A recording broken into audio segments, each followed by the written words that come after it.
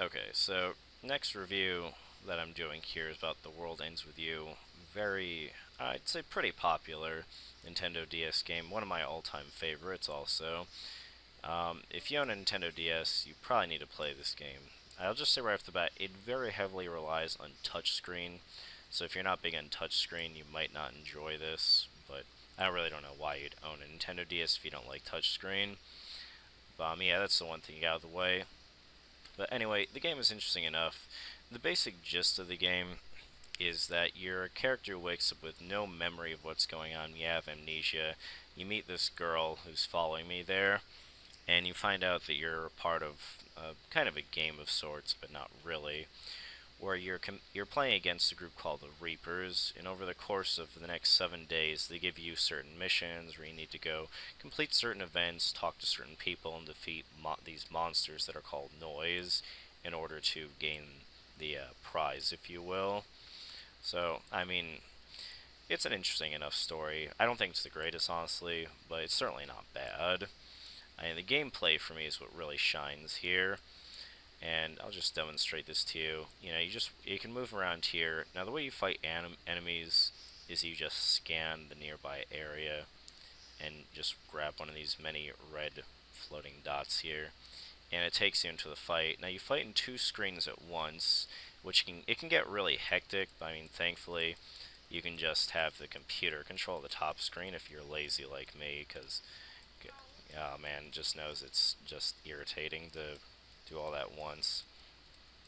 And you just have different moves here, like you can shoot these circles, you can slash guys, you can make slashes go across the screen, and can also heal myself.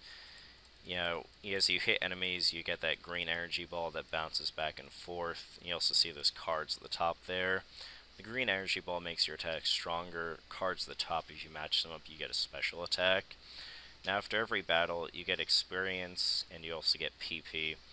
The PP is used for your, let's see here, for your equipped moves here. I'm sorry, your pins is the word I'm looking for. Pins are what let you, yeah, it's like your traditional RPG, basically. You level up, which gives you more health, you know, more HP and whatnot. And your pins are what allow you to do moves here. There's a whole, the pin system, it's actually pretty deep here.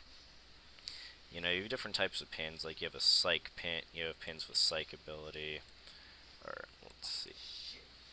And you have also, and each pin has a different type of attack and a different kind of move set that comes with it, and you can level them up to the point where they're mastered, which these are all my mastered pins here on this particular file. Yeah, and some pins, like, you know, this one, like this pin lets you do slashes, this one lets you shoot, you know, penetrating bullets from yourself, this one lets you throw stuff at enemies there.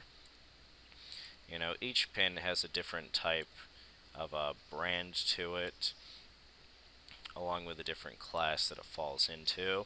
And certain enemies are weak against certain pins and strong against others. So it gets to be a pretty in-depth system.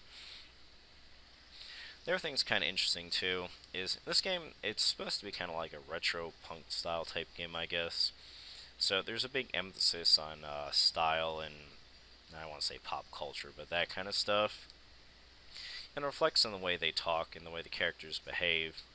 Like, for instance, here, you can equip stuff in the items area. For instance, you can equip clothing, and depending on what part of the city you're in, certain brands of clothing are more popular than others.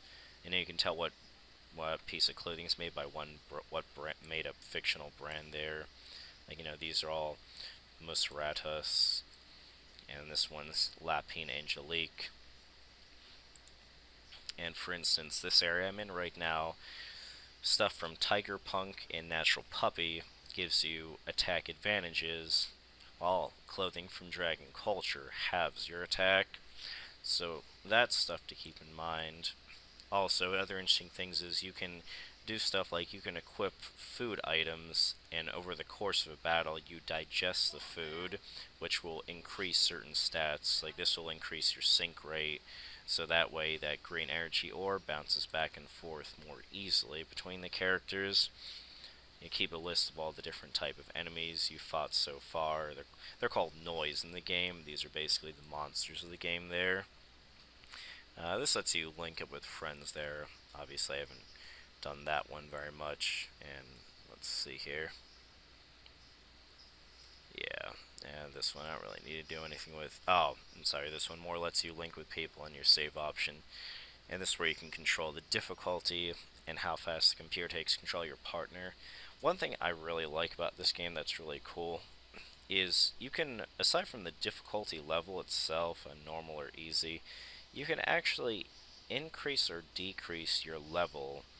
Like, I can set my levels so my character's at the max level I've leveled them up to, or you can lower your level. Now, you might wonder why you want to lower your level, and the basic reason why is because if you lower your level, the lower level you are and the stronger the enemies are, the more pins and the more valuable items that they'll drop, which you can then use those pins, like turn your level back up to normal, use those pins against tougher guys to, make the fights easier.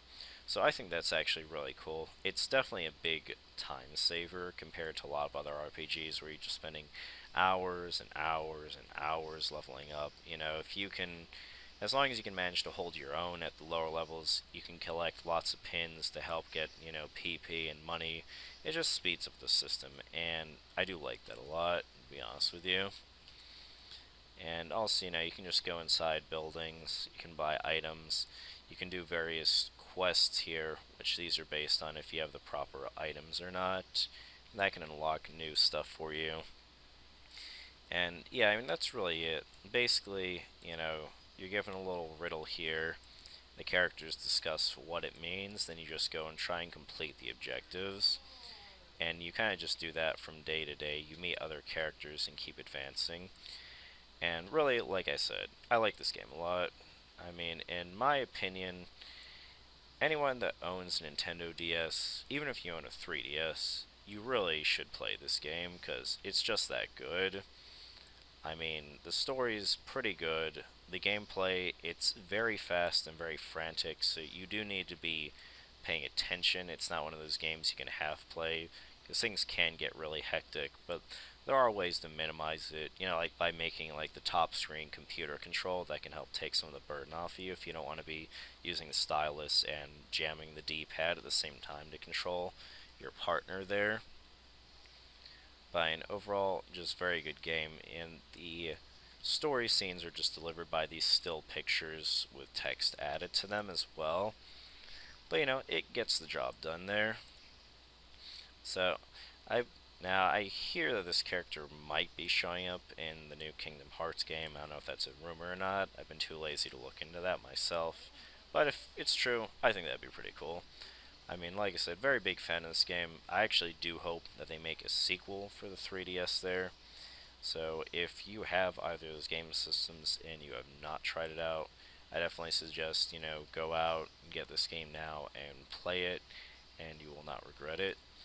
So as always, if you have any thoughts, feedback, opinions, please feel free to message me, comment on my video, or of course feel free to like my video, subscribe to my channel, share my video with others. I always appreciate that, and I will definitely look forward to delivering you more reviews and videos here soon.